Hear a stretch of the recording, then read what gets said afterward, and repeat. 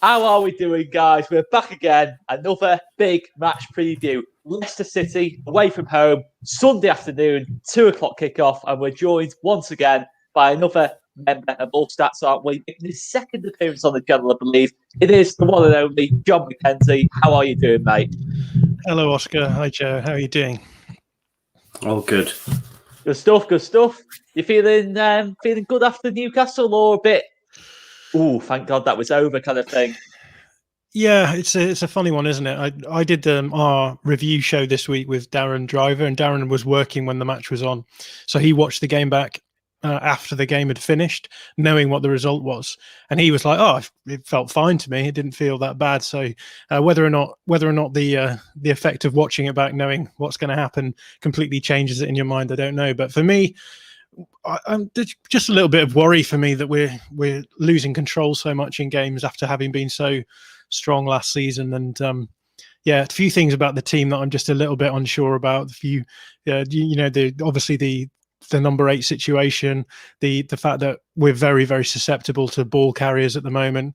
But at the same time, I guess that's all sort of ameliorated by the fact that we've got enough points on the board for us to stay up this season. I don't think there's any problem with that. So for me, it's more just a sort of bit of frustration at the fact that, you know, we played quite well in the first half of the season, but it feels as though oppositions are now sort of getting a handle on how to cause us problems. So I think it could be a bit of a tricky second half of the season. And KG, obviously, you were very confident going into that Newcastle game, to say the least. 3-0, we're going to absolutely smash it, I think was your exact words there, mate. To be fair, first half an hour, I thought, I tell you what, everyone in the comments was saying KG was spot on, what we were all worried about. And as it went on and on and on, it went, won't want to be KG now, kind of thing was coming in the comments. But mate, we got the job done. We got the win. It was a bit more difficult than we were expecting. How are you feeling in general? I mean, was it just a relief to get that game done? Just getting the win on the board? I know we lost control of the game in the second half, but I was still confident that we'd win it. I thought we'd hold on and get the win in that game. Yeah, it wasn't as handsome as I thought it was going to be, but you know, sometimes you have to grind those out. And I said before, we've had games where people have come to our place and put on that perfect away performance and won. We had to do the same in this game. You know, it should have been more comfortable, but there are gaping issues in our team that we have to address going forward. Obviously, I don't think we're going to do anything about it this month, but next season we can't go into the next season as light and as low in quality as we've got right now. Because even me, I'm finding a few of our players are just not up to the job in the Premier League. And I thought a few of them would have been all right for 1 year, but it's starting to really show that some of them aren't up to the task full time. Could they push you for names? Sorry? Could I push you for names of those players? It's a couple of them. I mean, the ones that glare obviously is Alioski, you know, and again, he made the same boneheaded decisions he did against Brighton. You know, he's trying to pass without looking backwards. He's tripping over himself, then handballing it. He's just not fit to play as a left back in the Premier League consistently. You can have him in spot games. You can have him in games against West Brom, teams like that. But I even said that Newcastle would have been perfect for him, but he still made the same errors. You just can't rely on him. Whenever he's on the ball for me, I don't feel comfortable. I don't know how anyone else feels, but when he's on the ball in the defensive area, I don't feel comfortable. When he's at left wing, I just know the cross is going to go into the stand. It's just not consistent enough for me. But he's not the only one. Well, guys, before we go into the possible team news, because obviously it possibly does involve Gianni Alioski in the team news in terms of what changes might be made. Guys, just smash the like button, guys. Smash the like button and subscribe if you haven't done already. Straight after this video, we will be going into the quiz with the lovely Sam from LUFC Fan Zone. Prizes available, as always, on Saturday night. So, guys, make sure you stick around after this video and smash the like button and subscribe if you haven't done already. But, guys, obviously, team news. We know Diego Llorente is definitely out, so there's going to be at least one change in this game. I mean, where do you kind of see it? I think, obviously, I've seen a couple of mentions of Luke Aylan will go back to centre-half, Stuart Dallas will go to right-back, Alioski will go to left-back. I've seen so many different things mentioned, Flick back into the team. I mean, John, if you had to predict the kind of starting 11 tomorrow, obviously Leicester go one up front, we'll probably still see the back four. what's your kind of expectation in terms of any changes? Yeah, it's tough, isn't it? I mean, you say Leicester go one up front. I mean, it could be the case that we do see them playing the 3-4-3. So it all depends on the structure that they're going to come out with. And personally, I think I've just been looking through their fixtures recently, and they've almost exclusively played a back four for a good long while now. I think they played against Brighton back in December. That was the last time they had a back three. So it's looking likely that they'll be coming out in the 4-2-3-1.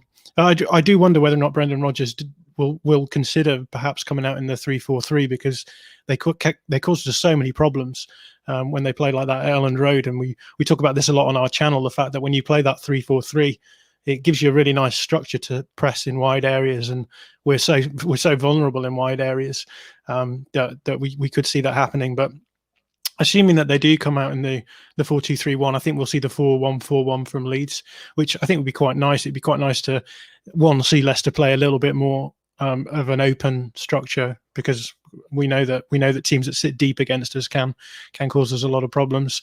And also, I think the 4-1-4-1 is the formation that we fit the best. So yeah, in terms of this, so the big issues of what centre back, how are we going to play from the centre back? I think so. We saw Cooper and Struijk and for the majority of the last game, maybe on the opposite sides to what a lot of us would expect. Whether or not the decision is made to move Ayling across, I think if any decision is going to be made, it will be to drop Ayling back alongside Cooper. I can't see Cooper being dropped for Struijk, much as I would probably like to see that myself.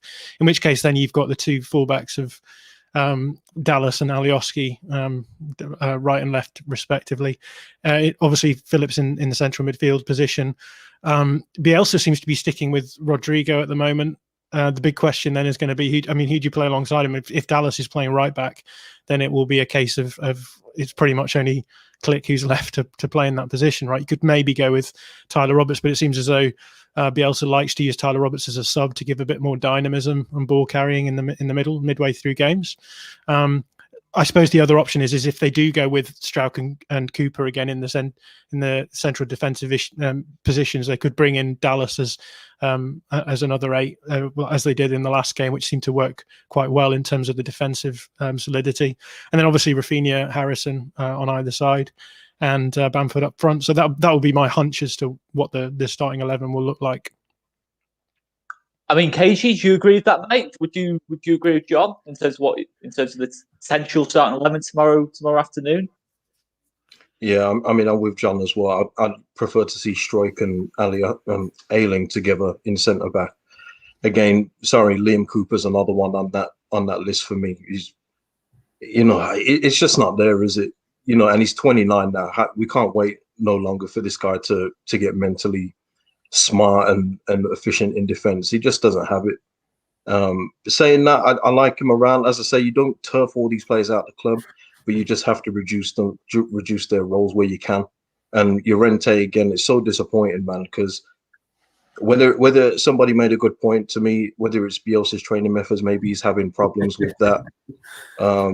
I don't know. I don't know if it's that. It could be that. I mean, we saw that with JKA last January when he came in. He didn't really cope well with it, so maybe it's the same for Llorente. It's tough. I don't know about the central midfield, because lately it just seems like everyone is going for our central midfield like we don't have anybody there.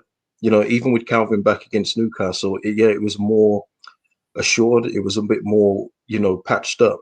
But even so, Newcastle don't play that way, and they didn't even play like that today when they beat Everton. We allow team space like that, and it's all about. I know Oscar mentioned it at the start about I think it was Oscar, about the first half of the season looking well, second half. It's all about the personnel. We can play this system, but we just need better players.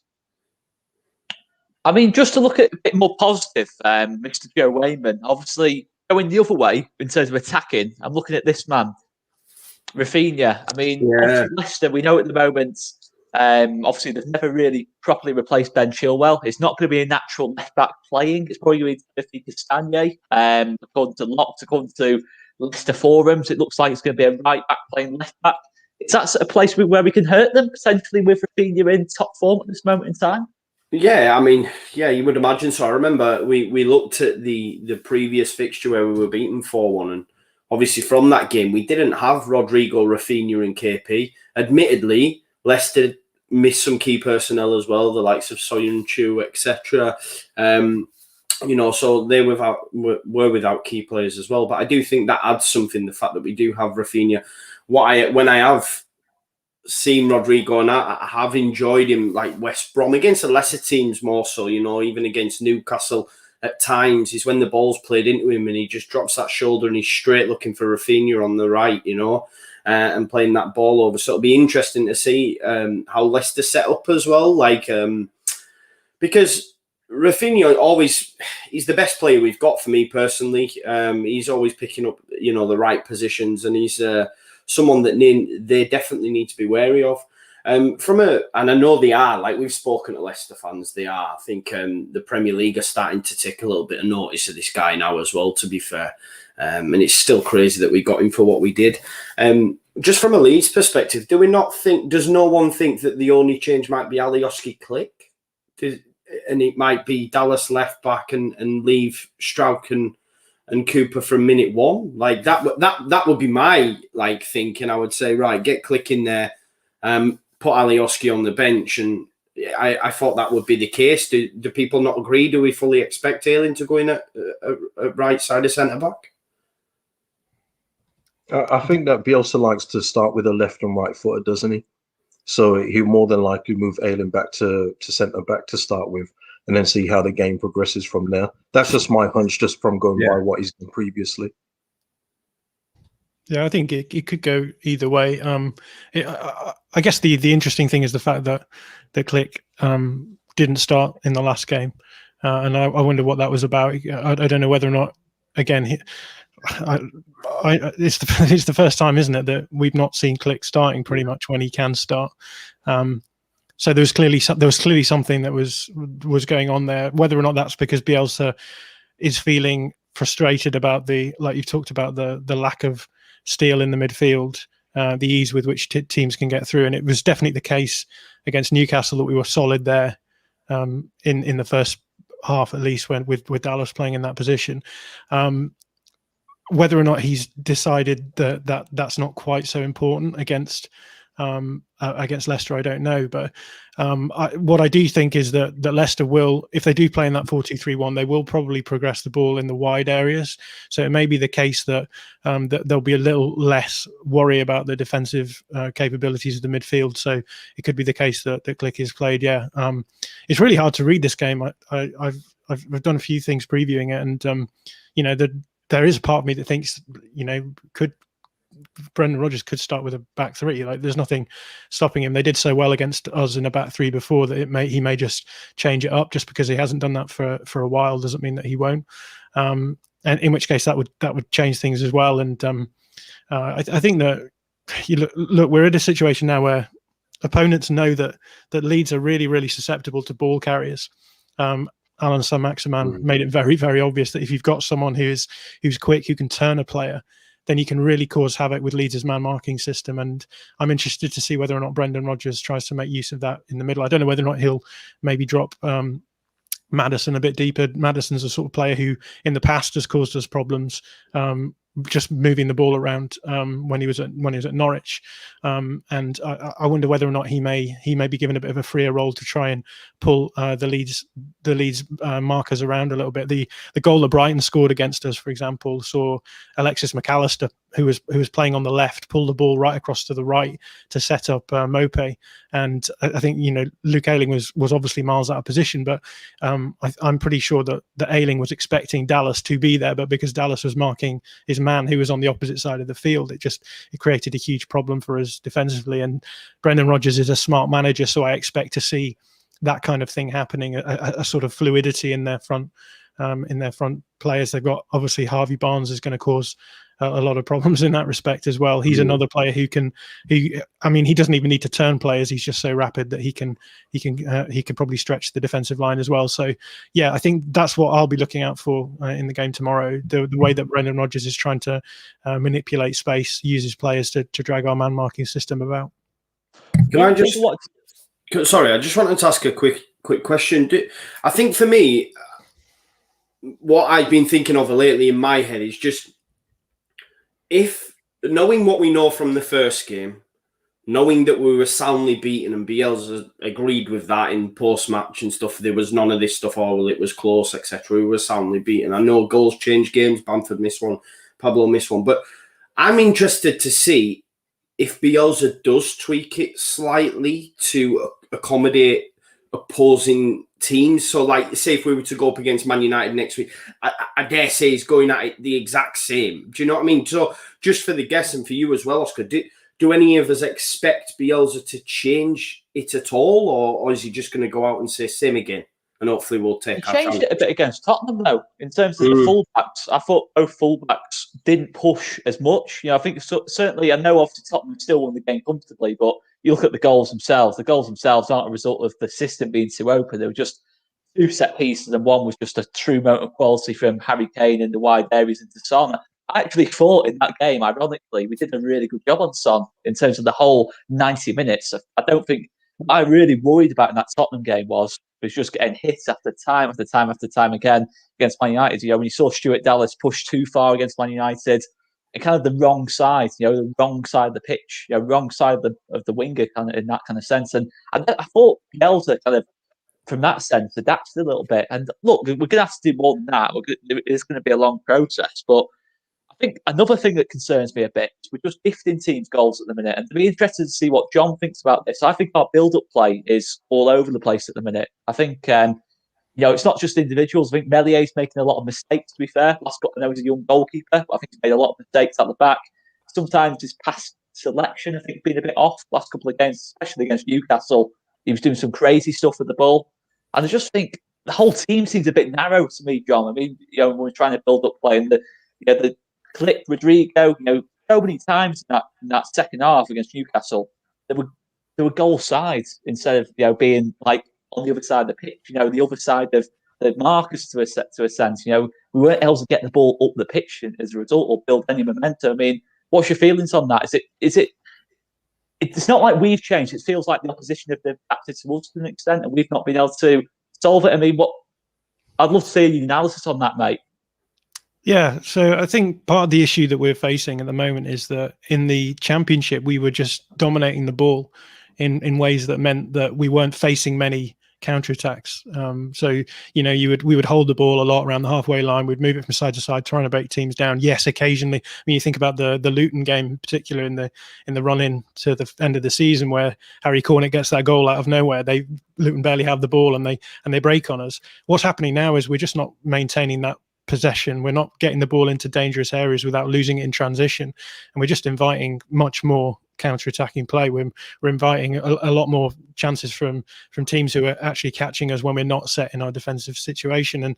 And for me, that's partly the issue. I mean, that's one of the reasons why we've been quite outspoken on arguing that Alioski isn't good enough, because we're not. Leeds transition the ball. Everyone talks about Calvin Phillips, but the fullbacks are so important for the way that we transition the ball. So you'll always see the ball sort of slowly move to the fullbacks on either side, and then you would have the defensive midfielder in the middle. You want the defensive midfielder to have the ball to their feet and then help it out into the wide areas. We're not doing that at the moment. We're losing the ball in central areas. We're losing the ball in wide areas. Teams are smart enough to be able to press us in wide areas and cause us problems in our build-up. And that means that if you can cause Leeds problems in the build-up, pick the ball up and attack with speed, then you're going to catch them every time in a defensive transition. And a defensive transition when you're Leeds is always going to be quite flaky. So I think there's definitely an issue there. I think that's partly personnel. I don't think we're not good enough to pass our way through Premier League sides this season, and it comes from both sides as well. You know, Stuart Dallas has had games where he's looked quite poor in a fullback area as well. That's just, again, this is natural. We know that Leeds are going to have to upgrade their squad, but the problem is in the here and now, how do you deal with that if your system is so dependent on being able to build up in wide areas, and then it is able to, you know, put enough of a block in to slow oppositions down, that's fine. But if you're constantly losing the ball and constantly going through those defensive transitions over and over and over again, it just puts you under a huge amount of pressure. So this is something that we're talking about quite a lot on our channel this week, and we've got a Patreon episode this week where we're talking to Carl Carpenter, a guy who does the tactics stuff for StatsBomb, and our big question is like, how do you deal with this man marking system when it's clearly not working in the Premier League? Because it's not so simple that you can just start playing a zonal system and still have the edge from what it is you're doing. And part of the issue, you're talking about flexibility, Joe, and Bielsa being flexible. There's an extent to which you can't really be flexible structurally when you're Leeds because of the man marking system, right? We talk about what formation are the opposition going to play, what formation are we going to play, and the formation that we play is hugely dependent on the opposition. The players match up man for man, and so we know that if a team plays a 3-4-3, we will end up playing something like a 4-4-2 because that's where the spaces are. We'll have one fewer player up front and an extra player at the back, and so it's quite hard, I think, to think your way around these problems because so much of the structure and the system is based around what the opposition are actually doing. But I think there's a couple of things that we've talked about that might be solutions here. So one of them is that we seem to be really weak in pressing from the front at the moment, and it feels like centre backs from opposition sides can just pick the ball up, find space, and walk past our team, and then suddenly the man marking system breaks down because someone in the middle has to move across to attack to basically press the oncoming defender. So we've talked about maybe identifying which of the centre backs is the most dangerous one at carrying the ball, and then maybe target them as the player that you should press. And then if the ball does get passed across to the free centre back, it's not quite so bad because they're not that player isn't so good. We talked about other things like, what about making the free man, rather than being in the back line, make it Calvin Phillips, so he's given the freedom to sort of ball hunt a little bit, and rather than sort of wasting your spare man at the back, and at a point at which usually it's almost too late if there's problems, maybe trying to engage the players who are running the ball with Calvin Phillips as a second man. So if Saint-Maximin is running through, for example, with Luke Ayling marking him, then you have Calvin Phillips doubling up on them and causing those problems there. And we've talked about that too. So I think there are definitely options, but I think part of it has come down to just the man marking system. When you're playing at a level that is so much above the level that you were playing before, you start seeing it creaking and really being stretched to the limit. So I actually last night watched with the Athletic game, the Bilbao game against Manchester United back in 2012, and I watched another Athletic game against Barcelona to try and see what was going on there, and the same problems were happening there. So it's not like this is just something that's come out of the blue, but I think the difference is that back then it was only happening against teams like Atletico Madrid or Barcelona or Manchester United, like elite teams, and the problem is now it's happening against teams like Newcastle. And I think maybe elite football, Premier League football has got to that stage now where there are good enough players to be able to cause you problems at every team, and so I do wonder whether or not there's questions about whether or not I don't want to say Bielsa's out of date or becoming outmoded, but there's new problems being thrown up, and those are problems that we need to solve. I think the thing I'd say is, KG, I think the league now, I look at it, and obviously you've seen Thomas Tuchel come in. You look at the league almost now, out of 20 teams, I'd say it's at least 10 or 11, maybe not world-class managers, but top-class managers we'll look at and think they could get pretty much any job they want. You see Carlo Ancelotti's at Everton. Really, someone who's won multiple Champions League titles as an example. And I think that is partly feeds into what John's saying. I don't think it's just the quality of the player. I think the quality of the manager over the last couple of years has massively improved. I think, we've seen it just develop so much. Is it a concern to you at all, KG, if we don't adapt per se or don't change our way of thinking within the man-to-man marking system, that we could drop off a little bit in this second half of the season? Because last couple of games, I know obviously the points have been good, but I look at it and think, had we not been playing Newcastle on Tuesday night, had we been playing Leicester on Tuesday night and not Newcastle, I'll be honest, I think we would have lost the game 4-5-1. I think it was that second half just went a complete mess, to be honest. Does it concern you at all, KG? It doesn't concern me in the long run for this season, no, because I think we're going to have more than enough points. We're saying how many good coaches there are, but there's so many poor teams in the league at the minute that we'll be more than all right. We'll collect enough points as we go along. In terms of the coaching, Ancelotti at Everton, but then what that's done is attracted those kind of players to Everton too. Rodriguez, Decore went there, Alan went there. You know, so it goes hand in hand. When you've got a coach that the players know, got a worldwide reputation, as we've seen as well at our place. We had a player that left Champions League to come and play for Leeds. He's not doing that if we've got, you know, Mick McCarthy at the helm. You know, Rafinha would have stayed put in Rennes, I think. So, yeah, you're right. The coaching has got a lot better in that sense, because you have to get as much as you can out of the players that exist in the system these days. And that's the problem what we've got at the minute. I think we're almost squeezing a lot of these players' juice, right? You know, it's coming very close to the end of what they can reach. And and that's just it with a few of these players. I don't know if we can just change a system in midway through the season, and I don't think Bielsa would even entertain that either.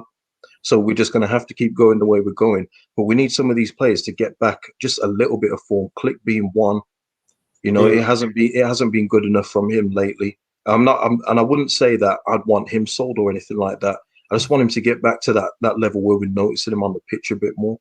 You know, taking shots or recovering the ball and moving it forward, because we're not slow in transition. That's not the right term. But just like with Newcastle, it was very predictable. And I hate that, because people keep saying that about us, that we're very predictable. But I knew what the players were going to do as they were doing it. And like you say with Meslier, sometimes his pass decision isn't the best. Like, he passes it down the middle when there's players on rushing. Like, he's got to knock that out of his game for a start.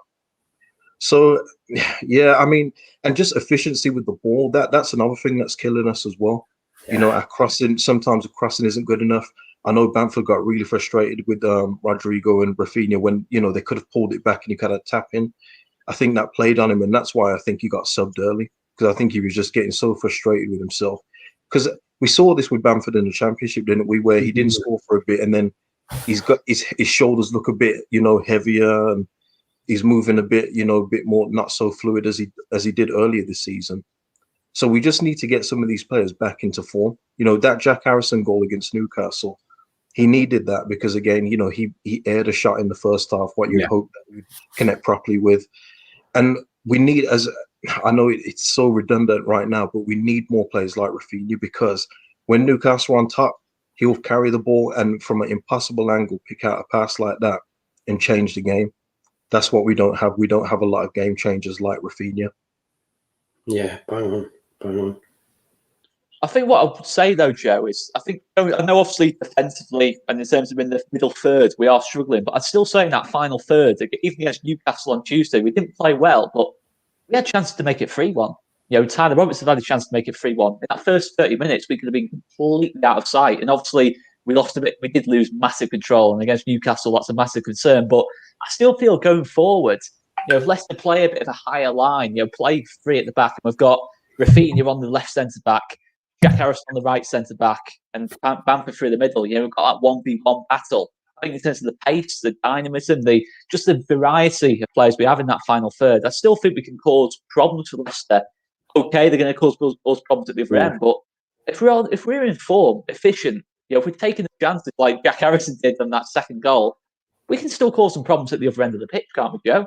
Yeah, I mean, we can cause anyone problems on our day. That's a given, man. We've seen that. We've seen that against Liverpool, you know. We've seen that against City. Just they're the benchmark, aren't they, really? And we've caused them problems. And, of course, we can. I think for me, I just want to get everyone else's thoughts as well. I think Bamford, for me personally, and again, I can only say what I see, he looks a bit out of sorts at the minute. He looks, personally, from my standpoint, he looks a bit out of form. The ball's not sticking like it once was. What's frustrating for me as a fan watching it is when the ball's played in, because I think what really opened my eyes to Bamford and his technical ability was Villa, because I hadn't seen that from him. The way that he was able to move the ball from right to left in such tight areas and pick out top bins against Mings, etc., and, you know, players around him, and I was like, wow, you know, I've not seen that before. You know, I've seen some decent goals, Preston away, etc., but not that sort of stuff from him. And for me, it's sort of dropped off, because at the minute, it doesn't look like it's even sticking. You know, it's not even staying with him when it is going into him. And in, maybe there is a lot in the fact that he's not getting the service, and a lot of people check me up on that. I just think, it doesn't seem to be clicking like it once was. A bit like Mateus Click as well. I think it's mad with Click. When we started the song, he stopped scoring goals. Since Bielsa said that he could walk into any side in Europe, he's just gone well off the boil. Do you know what, right? And maybe Click being taken out of the side was a shock for him as well, because it was a massive shock for us, right? Derby, the only reason he wasn't at Derby is because he was either still pissed or massively hungover. And that's the truth, yeah? I think this might have been a bit of a, oh, wow. You know, when that team goes out, I don't know him personally, but I'm guessing it was, even for the players and for us, the fans, it was like, what? Click isn't playing? So maybe that might give him that little boost, because I think it's not even the front three for me, Oscar. It's the midfield. I'm so worried. Yeah, I know they've lost, what's his face in DD, but it's Tielemans, it's Maddison. You know, they're just going to overrun it in there. And if they do, then, like you say, we could be on the end of a hiding. I think that's what worries me the most, because I agree with you. We will create. We need to be clinical. I think, had Jack have took the same touch in that first half for that air shot, that'd have been one of the best goals we've seen under Bielsa. The way it was worked on that right-hand side for me was absolutely fantastic. We'd have ran away with it as well, wouldn't we? It's up inside 20 minutes. It'd have been, as KG said, it'd been an absolute, it'd have been a massacre at that point, I think. Similar to that fight too, wouldn't it?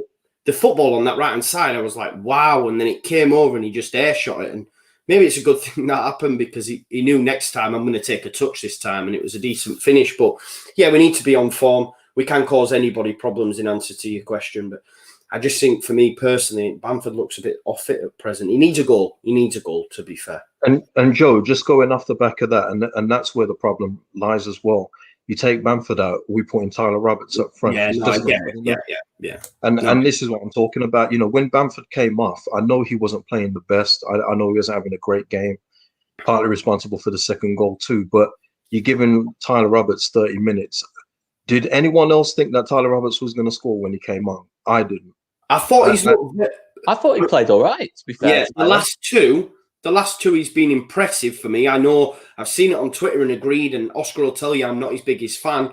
Oscar will tell you that, you know, and I see people on Twitter, if Tyler's the answer, then what is the question kind of vibe, you know? And I get that. But for me, in the last two, he has done stuff when he's come on. And I've been impressed by him. And it's actually made me think, oh, wow, maybe that noise of him maybe going out on loan, etc., is give him that boost that he needed, because he looks a different player.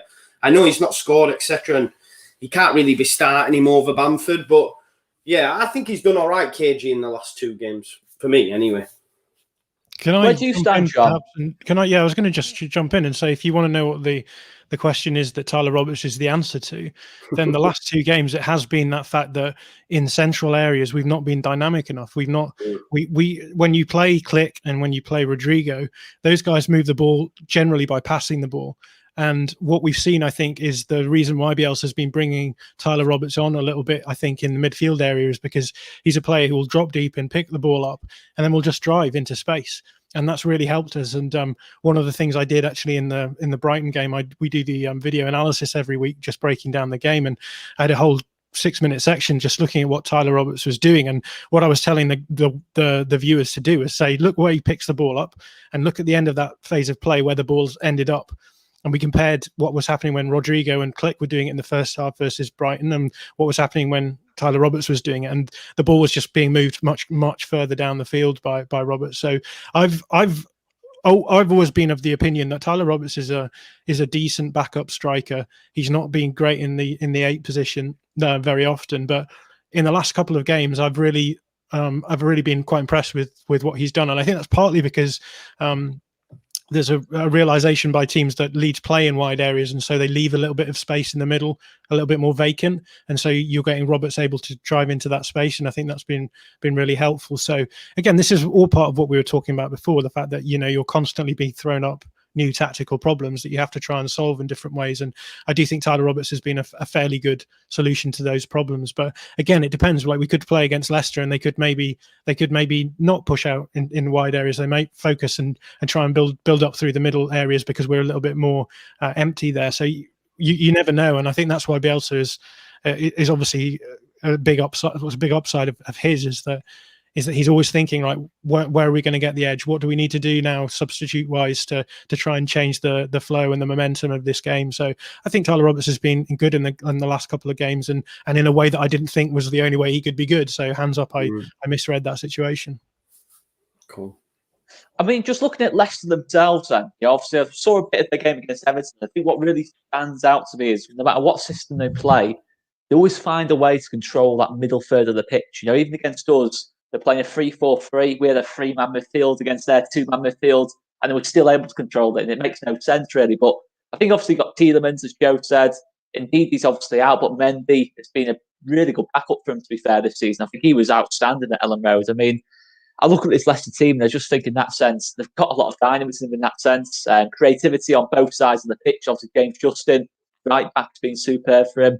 Albrighton protects him pretty well in front, in terms of, I think, Locks from, Locks, who joins us on before the whistle blows, mentioned that Albrighton's not necessarily there to create. He's there to almost act like a advanced right back in a sense, to kind of protect Justin when he pushes forward. And it's quite an interesting dynamic. And obviously, you've got Harvey Barnes, who's just absolutely fantastic, an absolutely magnificent player on that left-hand side. And it's just through the middle, really, where I think we can actually, and massively helped by Jamie Vardy not being there, that kind of raw pace to kind of get on the end of a chance and kind of force our back line a lot deeper in that sense. I do feel happier that Perez, okay, this might come back to haunt me, that Perez and Iheanacho is probably going to be who they start up top. I don't feel, that doesn't give me anywhere near. I know no matter what Locke says, it's about the 18 goals they've scored aside without Jamie Vardy, it still doesn't give me the same fear factor. Because if Jamie Vardy is starting that game tomorrow, I'm thinking a similar game to the one in November. I don't see any kind of difference between either team since then.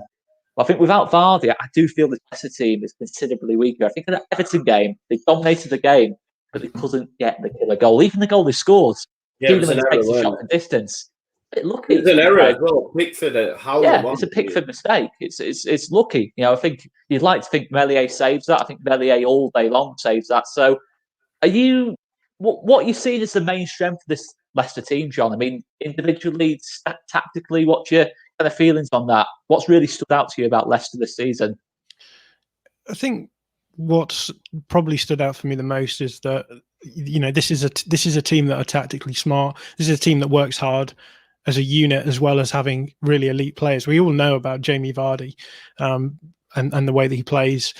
We all know about their star players, but in every position we've not mentioned this, but Radrizzani was talking about Leicester this week, saying that Leicester City are the model that we want to emulate as a club, and what he means by that, I think, my interpretation is that he sees them as being a team who have a really smart recruitment policy, who have players in every position who are able to do the jobs that are set out for them. And I watched the game against Everton. I didn't think it was a good game at all, but you just know that when you have a team like Leicester City, they will be set up tactically well. Everyone will know what their job is. Everyone will muck in with the hard work, and then they've got those elite players on top who can have those moments that will really cause us problems. So one of the things we were talking about before is about how there's much better managers in the Premier League. And I agree that's true, but one of the weird things about Leeds' system is that because of our man marking system, we're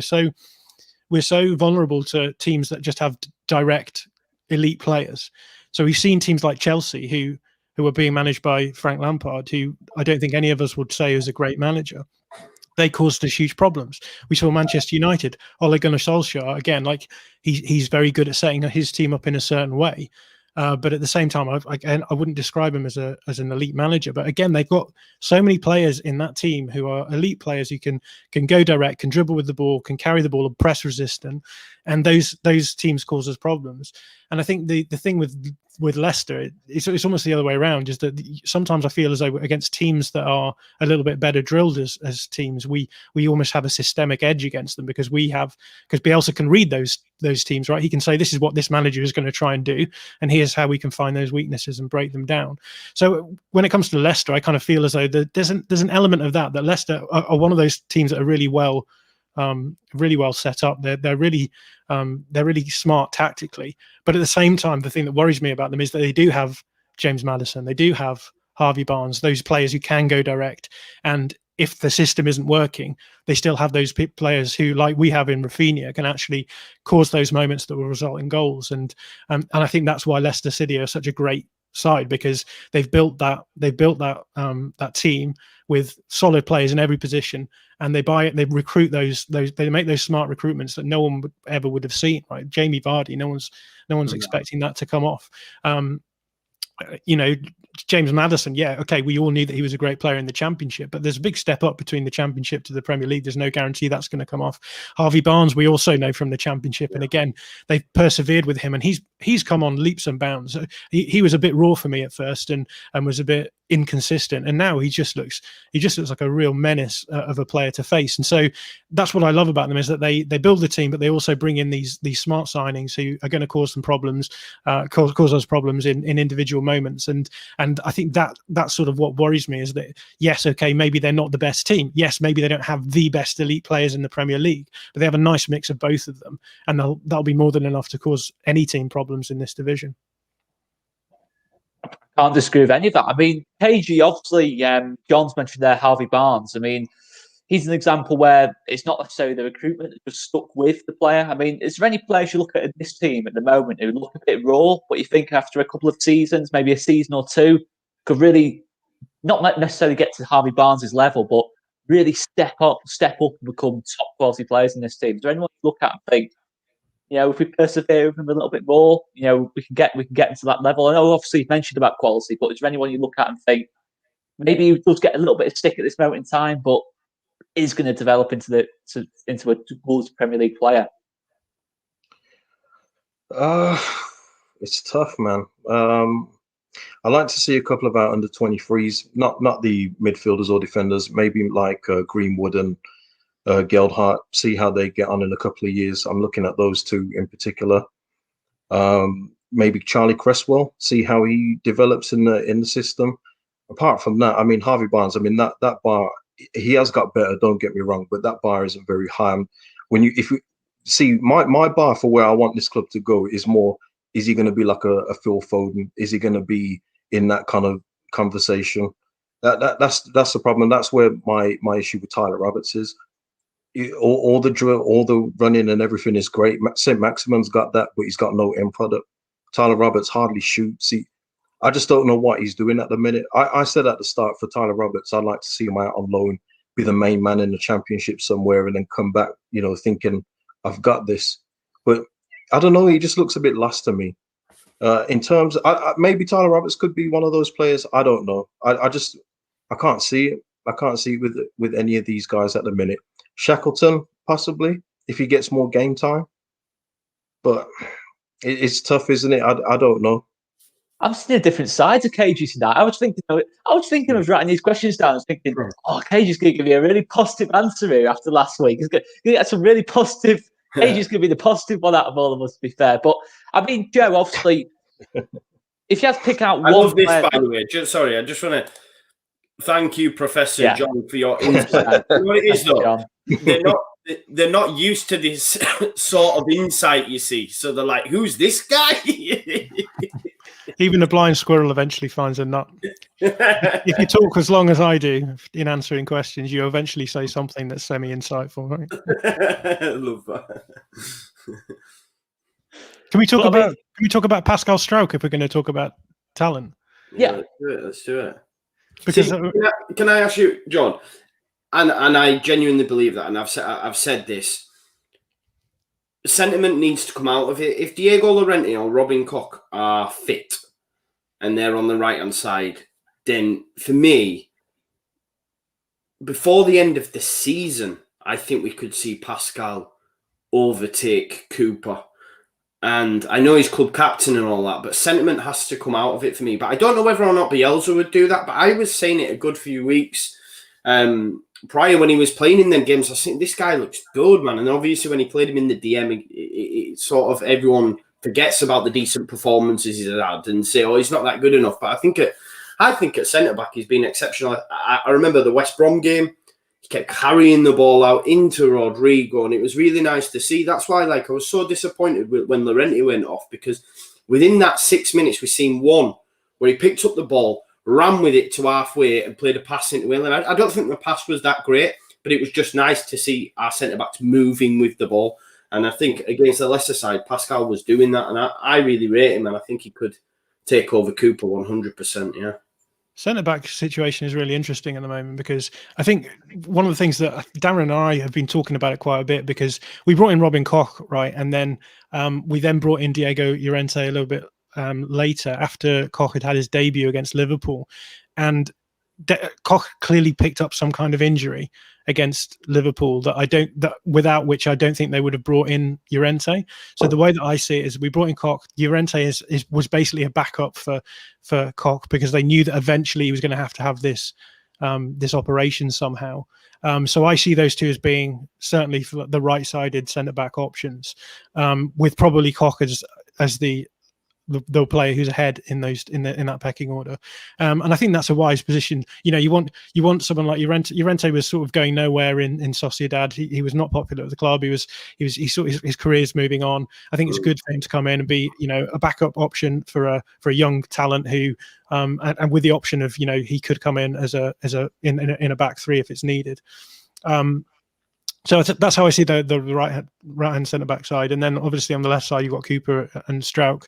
I think Struijk is. I think he's a really good centre back option. I think perhaps people are a little bit flat on him because, one, he's been playing in that position that Calvin Phillips, the fan favourite, has been playing in, and I think that automatically puts him under a huge amount of pressure. I think people have probably been a bit harsh on his performances in that situation, because you know, for example, yeah, people will complain about his performance against Brighton, but I didn't think KP was particularly great last week against Newcastle either. So I think you get this sort of rose-tinted spectacles view, and then when another player comes in on your favourite player's patch, you do sort of feel a bit defensive. But I don't think anyone expects Struijk to be a central defensive midfielder, right? Everyone knows that he's a centre back who's doing a job in there. And like you said, I think it was the Spurs game where he was moving the ball forward. He was driving into space. I think Struijk's a really good passer of the ball. He's got great feet both sides, right and left, which I think makes a big difference. That's partly why I think Bielsa likes to play him in the central midfield spot, because it just gives you more options being able to play out with either of your feet. He's, I think, a bit more press resistant than Calvin Phillips. He's not as mobile as Calvin Phillips, which I think makes a big difference defensively. But in terms of the way that he moves, he's just you can tell that he understands the game. He reads the game really well. He makes intelligent decisions. His decision making is really good, even under pressure. I think in the central midfield spot, I think he's really good as well. So I think you're right, Joe. I think we'll see him, if not the end of this season, definitely certainly the beginning of next season. Yeah. And this season will depend on Cooper, right? It's all going to. Cooper seems to play for 3 or 4 weeks and then get a niggle, and then play for 3 or 4 weeks and then get. I mean, how many times has Struijk played this season? Way more than I think any of us would have expected. That's partly because KP's been in and out, and we've had central defenders out left, right, and centre. But he's come in and he's pretty much done a really good job whenever he's done that. And I think you've got to have that. You've got to have that view that you were saying before, KG, about blooding these players when they're young and getting them to that situation. That's why I would want to see Koch being played ahead of Llorente, because we're not playing Llorente simply because he has all of this experience and that he's probably the better player of the two at the moment. It's about that transition between getting your youngsters in and able to play this season. We've done the job of being able to stay in the Premier League. We now want to do the job of being able to stay in the Premier League next season. That's now the challenge. And so, yeah, I think you're right, and I think it's really positive that we've got two central defenders there who I think will be good for Premier League football for a while. Yeah, definitely. Do you see it like that, KG? For me, I've got 100% go with the same sentiment as John. I think Koch, Struijk. I mean, how old is Robin Koch? Is he 22, 23? I think he's maybe 24. Let me just check. There's still a young partnership. As a partnership that could, potentially play together for 4 or 5 years. We talk about like Leicester City in terms of their recruitment methods. You've got two young centre backs like that. Obviously, I know you've got two young Fofana. I'm not saying they're at that level, but it's that same kind of idea. You've got a partnership there that you can kind of grow. One's on the right side, one's on the left side. It's very clear what the profiles are of both players. I mean, both tall as well. Both got a bit of aerial presence about them. I mean, do you see it like that, KG, long term? Koch, Struijk as the go-to partnership? Yeah, 100%. Unless we get anybody in that's better, then absolutely, yeah. Struijk and Cock, first choice all day long. And you know what? In all fairness to the players that we've got, we haven't had a proper centre back pairing all season long. You know, we've been chopping and changing. I mean, it doesn't defend some of the, you know, lack of concentration in certain defenders, but without getting that partnership gelled, you can see what the best defensive partnerships. You know, look at Burnley. You know, you wouldn't say that they're outstanding defenders, but those guys have got such a good understanding that you just can't hardly break them down. And we haven't had that luxury this season, unfortunately. But yeah, absolutely, Struijk and Cock. If everyone's fit, that would be my first choice partnership in the Bielsa system, because I know he doesn't want to play two rights and two lefts and whatever. So yeah, Struijk and Cock all the way. Yeah. Joe, you going the same? Yeah, and I think Cage picks up on a massive point. There's not probably enough made of the fact that we haven't had a settled centre-back partnership for such a long period of time. Can you imagine if we had, say, Cock and Struijk, or Cock and Cooper even? Let's say Cock and Cooper, and he wants to go with Cooper, and they play these 19 games together. It'd be a lot less hectic than what we see sometimes, because they'd know where the other one's going to be, etc. Like John touched on with the Brighton goal.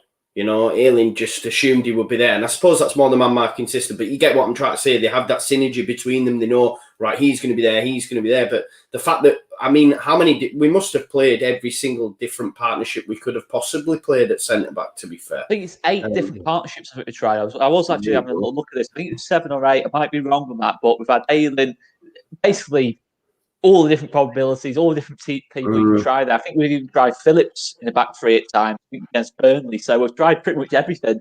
But one thing I would say... Let's just say the longest run we've had with the same centre-back pairing has been 4 games long this season.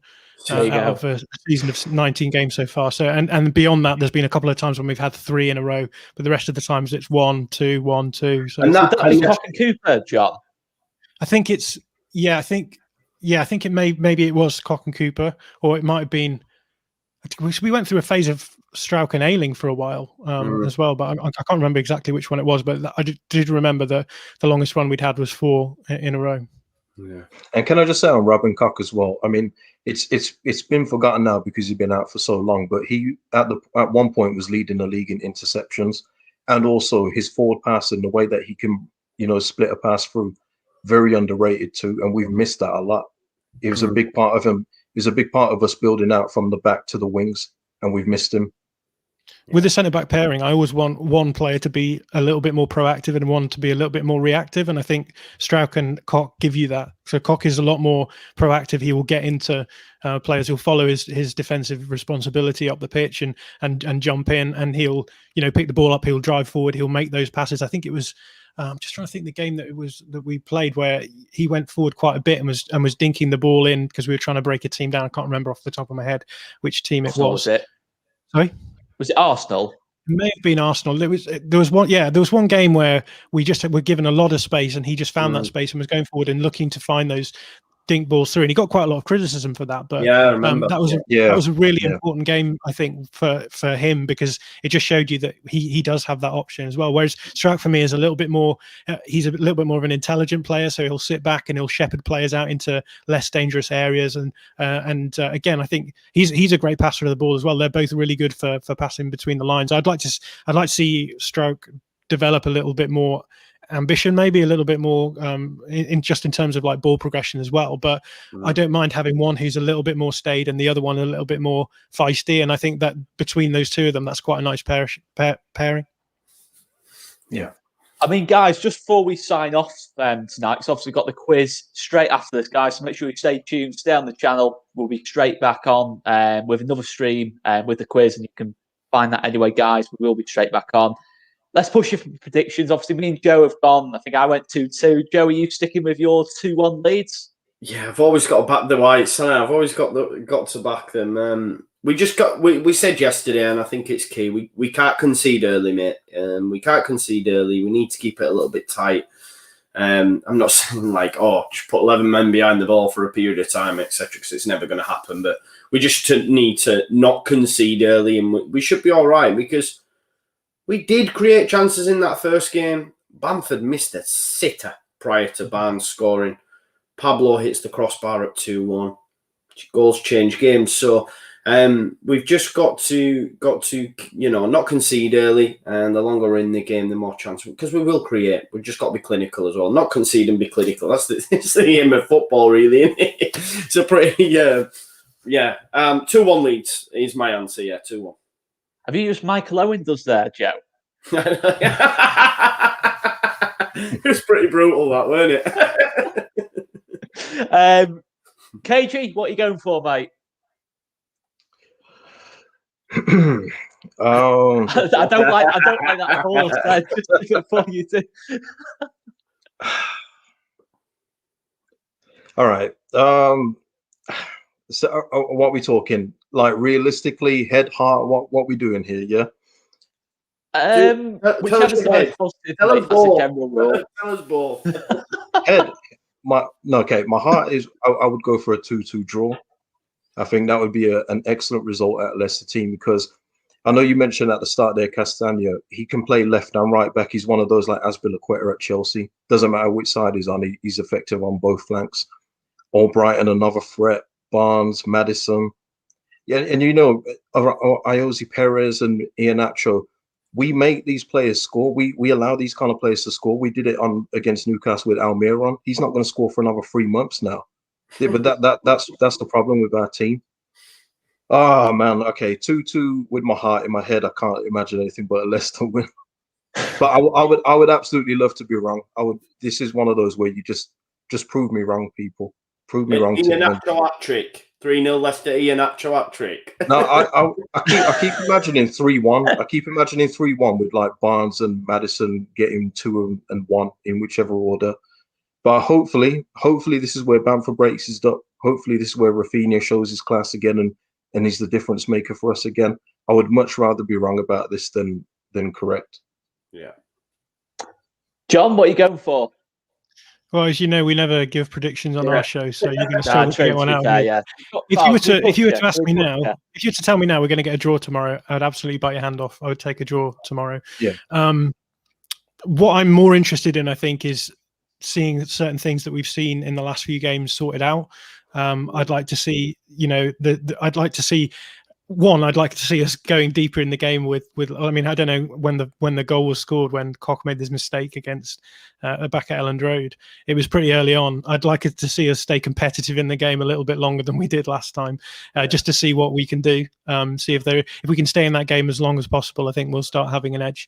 And then the other things like we've talked about in this podcast, in this live stream, is that I want us to see us controlling the ball a little bit more, and I want us to see us not giving away just chance after chance, just in defensive transition. I want to see the forward press working quite well. I want to see some sort of solution to those situations where ball carriers just run at us. And if we can do that, I'll be pretty happy. But I'm with KG. I think my head says I can't see anything but a Leicester win, I'm afraid. Oh. Well, that's a bad note to end it on. That's a bad note to end it on. You know what it is, guys? You know what it is, guys? It's just the midfield, and we've already spoken about midfield runners. Leicester have got two of the finest in Maddison and Barnes, and never mind Tielemans controlling in that midfield. If we don't get our level up to their level, it might be a long afternoon. That's why I'm saying I hope that they prove me wrong. And some people in the chat they're saying I'm usually positive. I'm a realistic football fan. I want my team to win everyone, but I've got to be realistic as well. Am I not realistic? Like, no, we very much could win, Joe. It's not, the thing is, it's not out of the realm of possibility, is it, that we could win? It's just I can't get it out of my head and just seeing the spaces that we keep leaving lately, and not imagining Maddison in the form he's in, Barnes, what he can do, making punishing us, unlike that Newcastle team. I'm just saying that we've just seen Newcastle tear a strip off us in the last game. Yeah, I can't see us just going from that sort of performance to then just blitzing Leicester in the next game without things changing, and that's why I'm kind of trying to be realistic about it as well. Is that this isn't just, I know that we've gone through this season with there's teams that we do have options against, right? There's teams that we will cause problems, but the problem is that I don't think Leicester are one of those teams, so I'm not entirely sure it's just going to flip around like that. I think look, there's going to be teams that I'm going to be really positive against. I was really positive about us against Newcastle, for example, in the last game. There's other teams that I think that we will cause problems to, but you've got to pick the games that you think that we're going to do well in, and I just don't think that this is one of them. And as a result of that, that's why I want to see us doing these things well. If we do those things well, yeah, maybe we'll get a draw, maybe we'll snatch a win. But I think on the balance of probabilities, this is a really tough game, and we should go into it aware of that fact.